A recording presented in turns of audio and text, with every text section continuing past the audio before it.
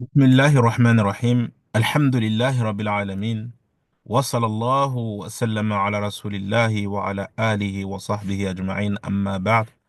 Donc nous voici à la 22e assise, à la 12e assise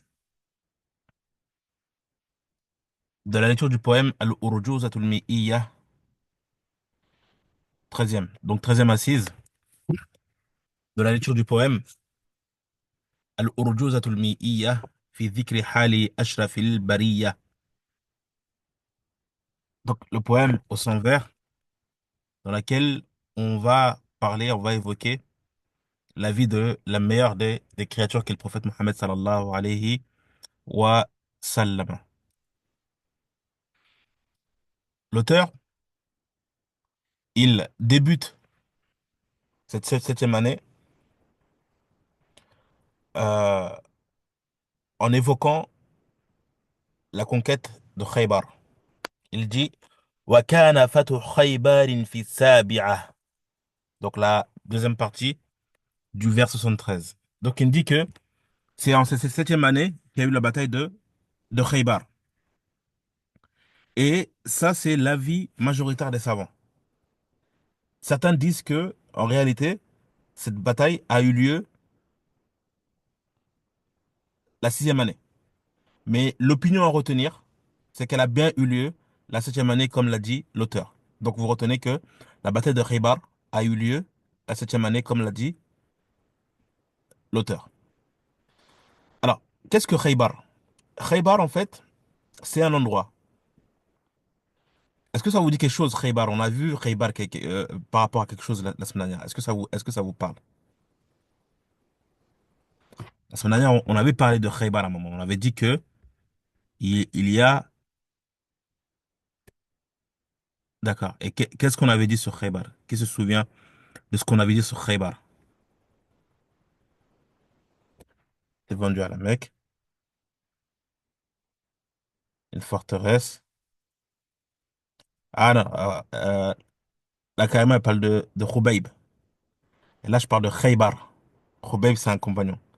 Et Khaybar, c'est un endroit. Alors, il y a une tribu qui a été expulsée. Celle qui a trahi le prophète Mohammed sallallahu alayhi wa sallam. Puis, le prophète sallam a assiégé leur forteresse. Je sais pas si ça vous dit ça vous dit quelque chose. C'était la tribu de Banu Nadir. Alors, la tribu de Banu Nadir, le prophète sallam, il leur a permis d'aller à Khaybar. Et Khaybar, c'était l'endroit où les Juifs, les restes des Juifs, ils se sont retrouvés.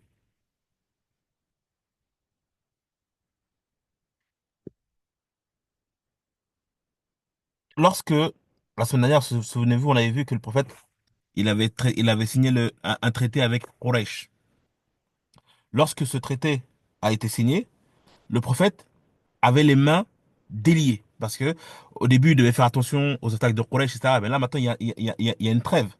Donc, il sait que au niveau de Mecca, etc., bah, Quraysh, ils peuvent rien faire.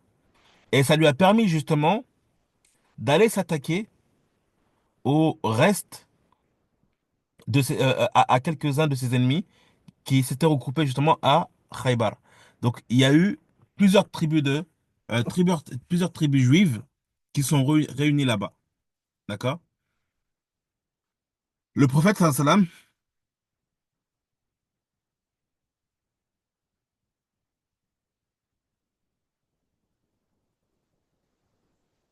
s'est dirigé là-bas. Lorsqu'il s'est dirigé là-bas, donc il y avait les habitants de Khaybar, également les habitants de Banu Nadir, et beaucoup parmi les têtes, il y en a des tribus juives. Lorsque le prophète sallallahu alayhi wa sallam est arrivé à Khaybar, il les a combattus. Combat qui s'est soldé par une victoire des musulmans. Et le prophète sallam les a expulsés. Il les a expulsés de Khaybar. Ça a permis d'agrandir le territoire musulman. Donc ça, c'est le premier événement de cette septième année. Ensuite, l'auteur dit, donc dans le vers numéro 74, وحظر لحم وحظر لحم الحمر الأهلية فيها ومتعة النساء الروية. Autre événement qui s'est déroulé lors de cette septième année, c'est comme il a dit, وحظر لحم الحمر الأهلية. Il dit que cette année-là, il y a eu l'interdiction, que c'est cette année que est tombée, donc il y a eu l'interdiction de la consommation de la viande d'âne domestique. Donc l'âne domestique est interdit, a été interdit cette année-là. Donc dans notre religion, il est interdit de manger de l'âne domestique. Donc on comprend que l'âne sauvage, c'est permis. Il est permis de manger l'âne, l'âne sauvage.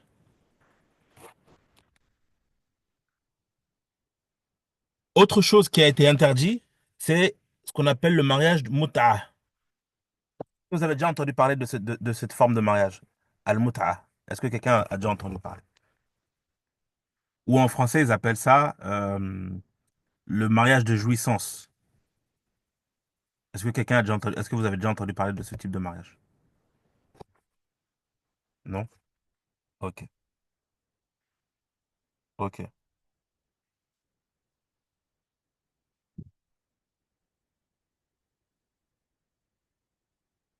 Alors, ce mariage-là, ce type de mariage, c'était un type de mariage qui était pratiqué déjà, c'est ça, mariage temporaire, c'est ça exactement.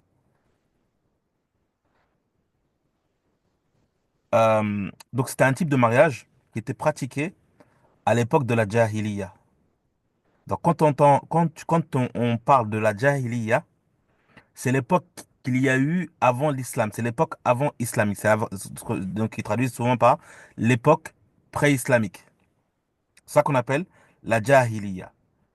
Tout ce qui a eu lieu avant l'islam, on appelle ça la Jahiliya. Donc, durant la Jahiliya, les hommes épousaient, ils pouvaient, ça c'est une forme de mariage, hein, bien sûr, qu'un homme, il épouse une femme, mais pour une durée déterminée, en échange d'une compensation. Donc l'homme, il dit, voilà, euh, on se marie, on se marie pour une durée de un mois, ou une durée de 2 mois, une durée de 3 mois. Et une fois ce délai passé, ils sont divorcés. Alors c'était permis au début de l'islam, puis Allah Azzawajal l'a interdit. Il y a des sectes qui s'affilient à l'islam, qui pratiquent encore ce type de mariage, même aujourd'hui. Un groupe, je ne sais pas si vous avez déjà entendu parler, qui s'appelle les Ahbash.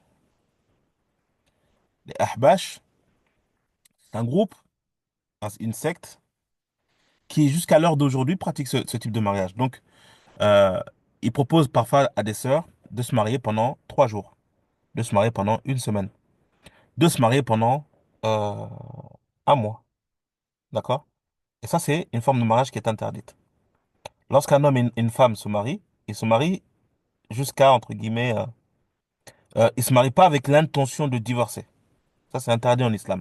Se marier avec l'intention de divorcer. D'accord? Et eux, ils font ce type de mariage-là, entre guillemets, pour avoir des rapports sexuels, mais euh, permis, entre guillemets. Alors que non, ça ne l'est pas. Cette forme de mariage n'est pas permise en islam. D'accord? C'est pas une forme de mariage qui est permise en islam. Donc le fait de se marier avec pour intention de divorcer. Donc c'est de ça que je parle, hein. Je ne parle pas du fait d'avoir l'envie de se marier pour pouvoir avoir des rapports. La question, c'est pas ça.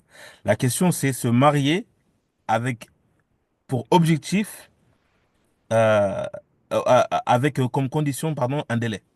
De se dire, on se marie pour une semaine, 2 semaines, 3 mois, un mois, 5 mois. D'accord?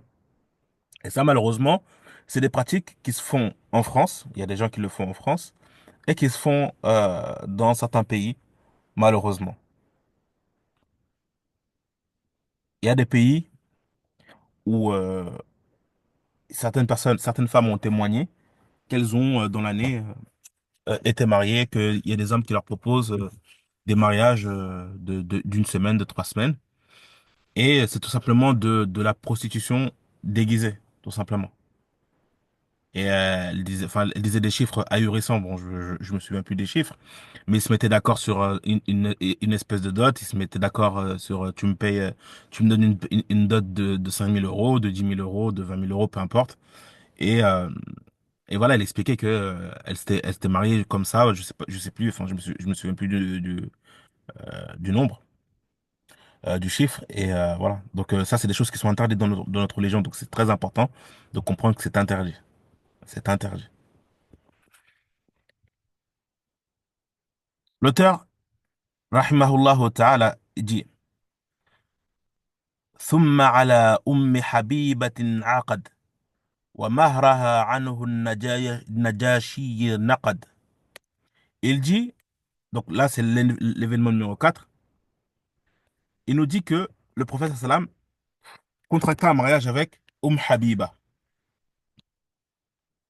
Habiba, son vrai nom, c'est Ramla. Ramla bint, donc bint qui signifie fille, bint Abi Sofiane, donc c'est la fille d'Abu Sofiane. Allah Azzawajal lui fasse miséricorde à elle et à son père. D'ailleurs, son père, c'était un des grands ennemis de l'islam. Puis Allah Azzawajal l'a guidé et il est devenu ambassadeur, pardon, de l'islam. Alors, le prophète sallallahu alayhi wa sallam, il a épousé Ramla, donc Habiba, euh, cette septième année. Et c'est le Najashi qui a, qui s'est acquitté de la dot de cette femme. Et donc, tu vois qu'en islam, c'est permis. Par exemple, une personne peut euh, payer la dot d'une autre à sa place. Par exemple, mathalan, à l'homme et sa femme, l'homme et sa prétendante se mettent d'accord. Bon, on se met d'accord sur une dot de tant d'euros ou une dot de tel objet. Et une personne se dit, bah, écoute, je prends en charge la dot. D'accord? Et dans certaines contrées, c'est ce qu'ils font. Le père, il donne sa fille à un prétendant et il prend en charge la dot lui-même. C'est-à-dire, il paye lui-même la dot et il offre, entre guillemets, sa fille euh, à un homme dont il espère le bien. Aussi, le Najashi a représenté le prophète Mohammed sallallahu alayhi wa sallam. C'est-à-dire, il a été l'intermédiaire euh, pour ce mariage. Parce que le mariage était fait à distance. Donc ça te montre encore que il n'y a pas forcément l'obligation que le marié, l'homme, soit présent au moment du contrat de mariage. Donc il peut confier, il peut déléguer la tâche à quelqu'un. Mathalan, et ça se fait beaucoup en Afrique de l'Ouest, c'est généralement pas l'homme qui se présente à son mariage, mais ça va être des oncles à lui qui vont le représenter. C'est eux qui vont le représenter. Soit c'est des oncles à lui ou des gens de sa famille qui vont le représenter. Et c'est eux qui vont donner leur accord pour le mariage à la place du, euh, du prétendant. Donc ça, c'est comme ça qu'a été marié le prophète Mohammed sallallahu alayhi wa sallam avec Habiba. C'est pas que l'auteur, il dit donc dans le vers 75, la deuxième partie du vers, il dit وَمَهْرَهَا عَنْهُ النَّجَاشِيُّ نَقَدْ. Donc sa dot, donc pour le mariage, fut réglée par le Najashi, le Négus. Ensuite, on passe à l'événement suivant, donc dans le vers numéro 76. وَسُمَّ فِي شَاةٍ بِهَا هَدِيَّةٍ ثم اصطفى صفية صفية. Subhanallah. Il dit toujours, donc l'événement numéro 5, c'est cette année, وَصُمَّ فِي شَاةٍ بِهَا هَدِيَّةٌ. C'est lors de cette année que un brebis empoisonné lui a été offert en cadeau. Donc c'est cette année-là que une brebis empoisonnée fut offerte en guise de cadeau. Donc c'est dans un morceau de, de viande rôtie qu'une femme juive a mis du poison. Et elle a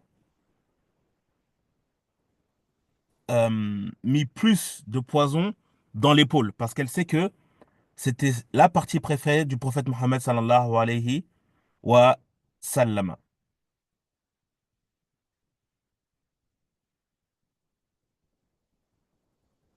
Dès la première bouchée, le prophète sallallahu alayhi wa sallam, il s'est arrêté. Et regardez ce qui s'est passé, quelque chose d'extraordinaire, c'est que l'épaule lui a parlé. L'épaule s'est adressée au prophète Mohammed sallallahu alayhi wa sallam. Allahu Akbar. Et l'épaule lui a dit, je suis empoisonné. Et là, le prophète s'est arrêté. Par contre, il y a un compagnon qui s'appelle Bishr ibn al-Bara. Lui, il en est mort. Il a mangé yani, de ce poison et il en est mort, radiallahu anhu. Et une fois que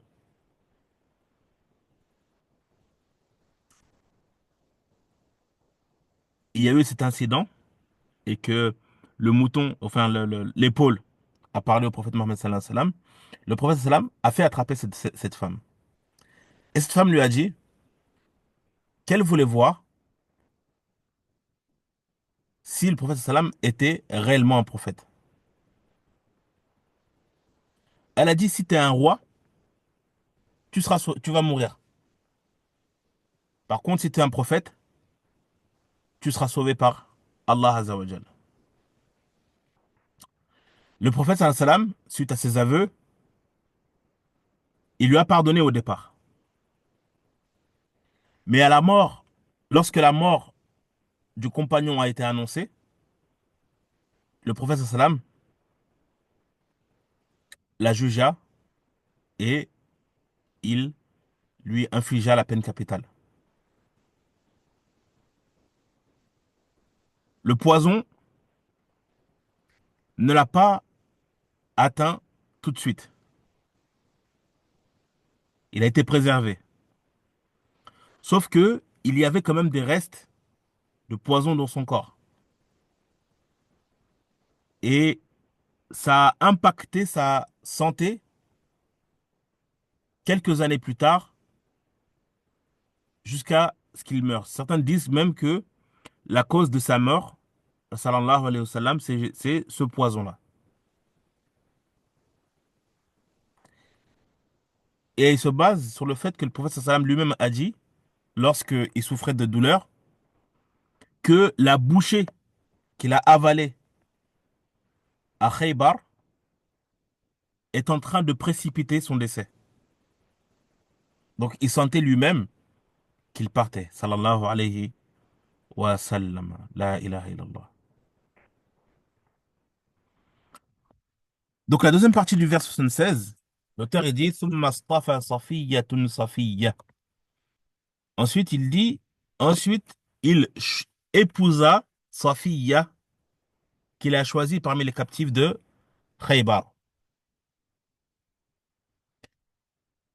Donc là on parle de son mariage avec Safiyya bint Huyay.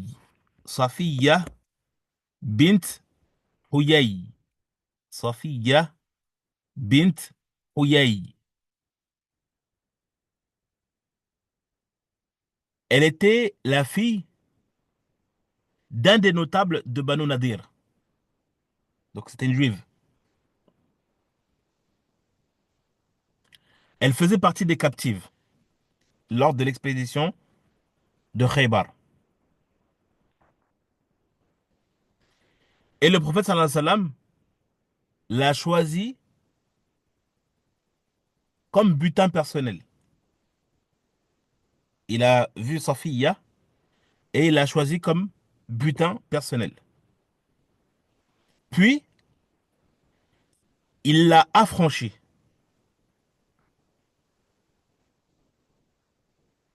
Et après, il l'a épousée.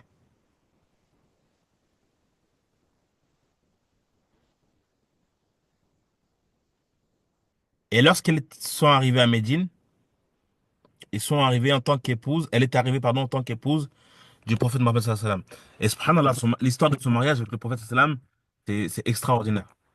Il y a énormément de choses à citer, surtout lorsque sur le chemin du retour, surtout un événement en particulier qui s'est déroulé lors du voyage retour. Et ça, Inch'Allah, si Allah Azza wa Jal nous permet de faire une deuxième session sur la vie du prophète sallallahu alayhi wa sallam, on rentrera dans plus de détails et on expliquera, bi-idhnillahi ta'ala, si Allah Azza wa Jal nous accorde la vie, on expliquera ces détails.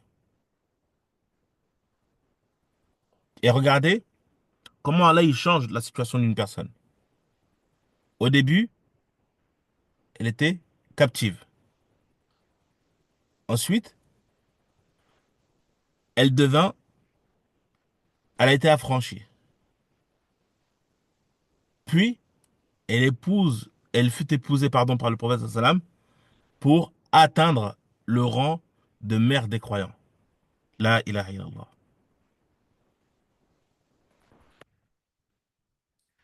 Il y a des histoires euh, entre les épouses du prophète Mohammed sallallahu alayhi wa sallam.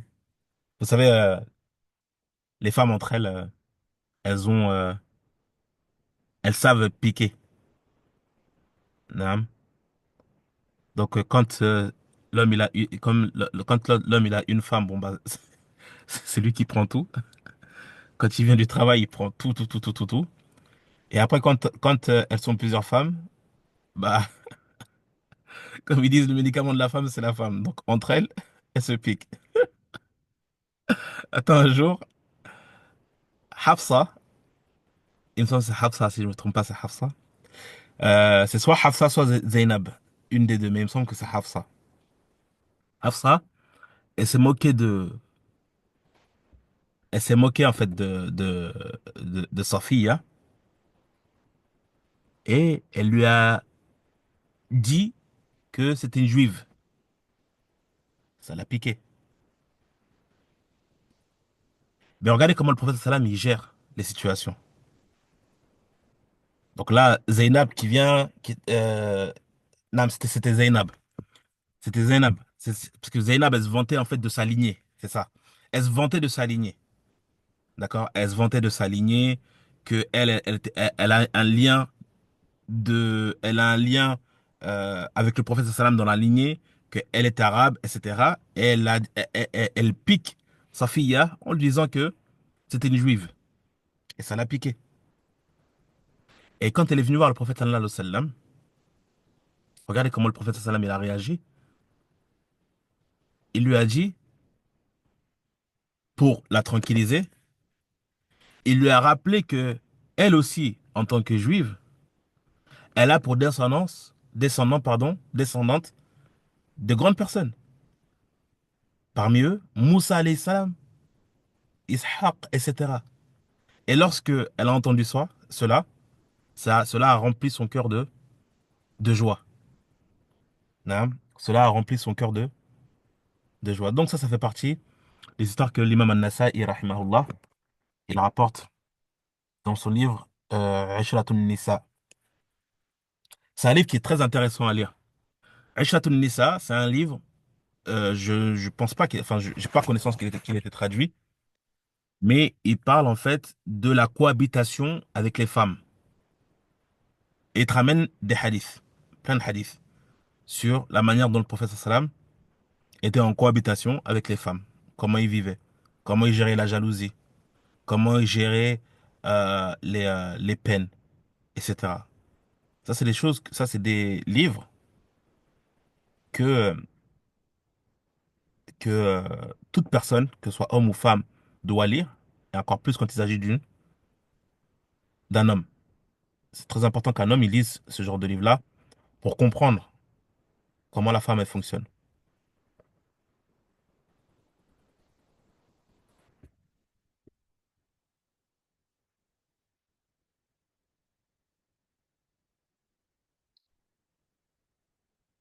Le père de Safiya, il s'appelle Huyay ibn Akhtab. Huyay ibn Akhtab.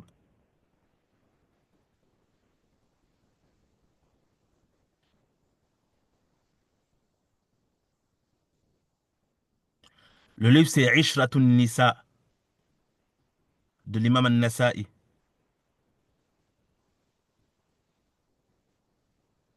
Vous en demandez beaucoup là, hein. Attends, je vais l'écrire rapidement.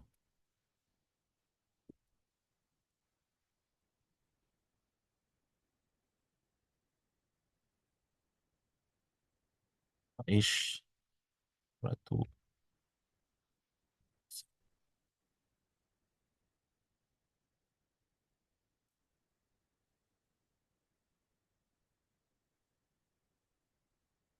Ishratun Nisa.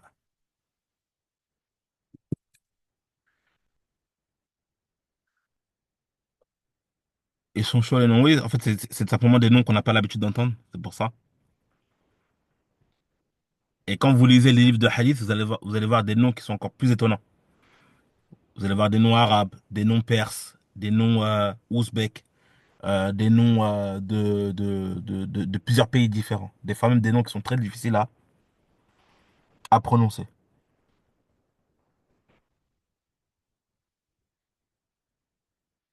Jade.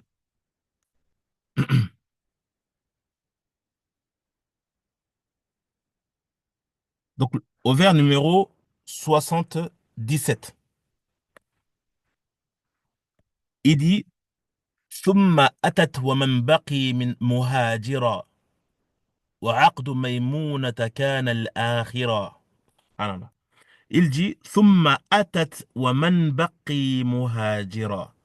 Il dit maintenant, donc dans le vers numéro 77, plus tard, donc les derniers migrants qui étaient restés en Abyssinie, ils ont rejoint Médine.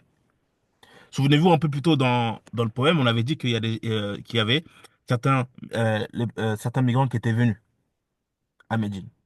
Bah là, il te dit que c'est en cette septième année que le reste des migrants, des premiers, de ceux qui ont fait la hijra en Abyssinie, ils sont rentrés. Et toujours, donc le verset 77 à côté, il dit وعقد ميمونة كان الأخيرة. كانت الآخرة.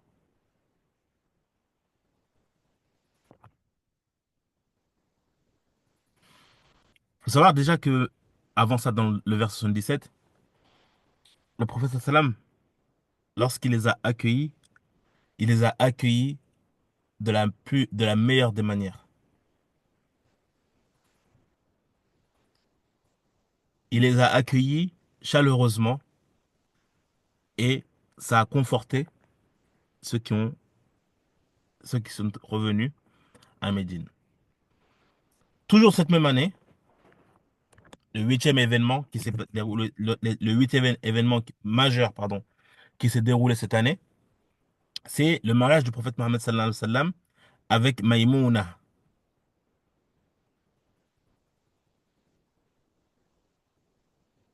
Son mariage avec Maïmouna. Elle s'appelait Maïmouna bintul Harith.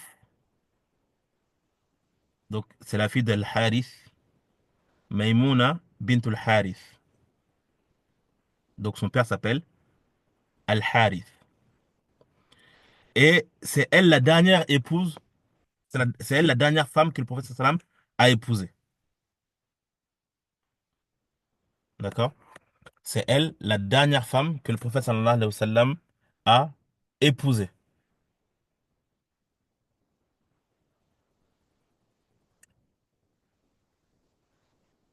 Il a consommé le mariage avec elle lors de la Umrah de compensation, ce qu'on appelle Umratul Qada, lors de la Umrah de compensation.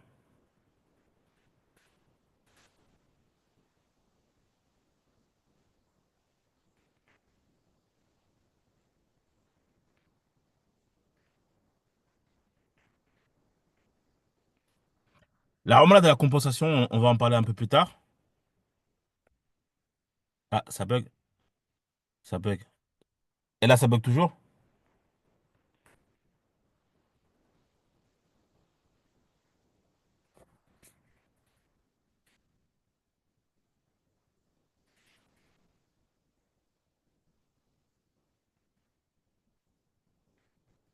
Et là, toujours?